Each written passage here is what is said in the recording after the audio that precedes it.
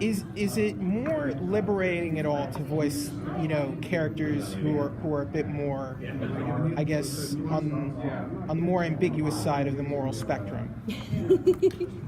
I think most characters I've worked on fall on that ambiguous side, if you will. Certainly, it's more freeing because you get to explore a lot of stuff. I do think what is fun about that is you get to play a lot of things which in real life you wouldn't. Certainly on the VO side of things, you're not limited by how you look, so there's a lot more freedom there.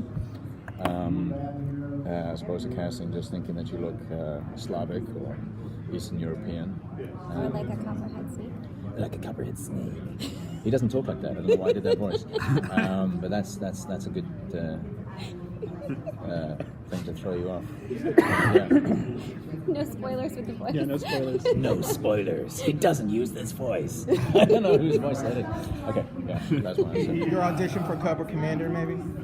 Oh, That yeah. was it. Cobra Commander. That was nice. Well done. Well placed. That was really well played. I just heard, it sounded like Cobra Commander, kind of. Like You were born for words that of role. Cobra Commander or something. Casting.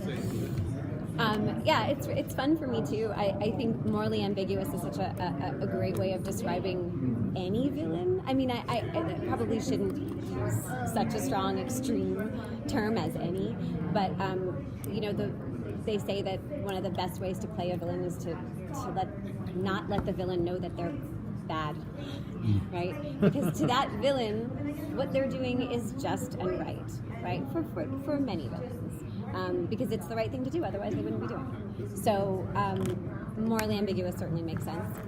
For me, it's fun to play a departure. I generally play characters with a great deal of energy. Silver Banshee she's got energy in her own way. She's a little on the darker side. That's fun. So did you research the characters before you did the role, or were you just relying mostly on what the directors were telling you to play it? For me, I mean, there wasn't a great deal of time to do research, but there was certainly a lot of back and forth in the voice booth, and that little dance back and forth until you discover what works for both of you, kind of thing. And relying, I mean, always as a voice actor, I'm relying on the creatives and the director to guide me in terms of what they want, because they have all the backstory of this creation. It's not like you get a full script in advance and stuff. That's just simply not the case in VO, at least for the most part. So it's a lot of Q&A when you're in the booth, and then throwing stuff and seeing what sticks. Sorry, what's auditioning for a movie like this like versus auditioning for a normal live action production? I have no idea what that process is like. I don't know. There's a lot of microphone at home. Get sent an audition.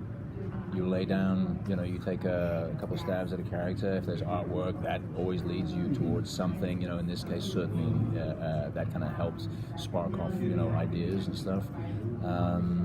A lot of the time, in terms of VO, it really is you just going, ooh, this could be interesting, trying something, and then you send it off, and a lot of the time you don't hear anything, and then occasionally you book something, and even then it's not necessarily that thing, but there's something there that they like, and then it always is like a kind of a stirring of the pot when you get into the studio, I think. Yeah, a lot of play happens when you get there, right? So I may think that what I did at home, because I primarily will audition from home, maybe that was spot on, and then I'll get there and be like, really like that, here's what we want you to do with it, right? So a lot of voice acting is being open to taking that direction. And also, I mean, for me, not speaking specifically about this audition process with this film, but in general, being able to trust that whatever I bring is the specific thing that I bring, and that's enough, is a really important place to get to, right? I mean, I think there are a lot of wonderful vocal tricks that you can learn by imitating other people. I do a lot of voice matching anyway in my career, and I love being able to hear someone else's voice and see what I can do to mimic it, because it shows me different places I can stretch. But in bringing a character to life, if I'm trying to do what I think one of my best friends, Kari Wahlgren, would do, then yeah, it's me imitating Follow me for what She's wonderful. She gets to do what she does. I have to find what's right for me. But also in the event, other voice actors get sick and perhaps move abroad. It's great to be able to take over that. That's a whole other. No, I'm but, joking. No, well, but you're speaking to. I know you're joking, but the fun of voice matching is also being able to sort of somehow, with the dance of the music of how someone speaks and the biology of your own voice and vocal cords, and seeing if you can get the cadence and see if you can match someone. That's really fun work, and it's odd work. That's awesome.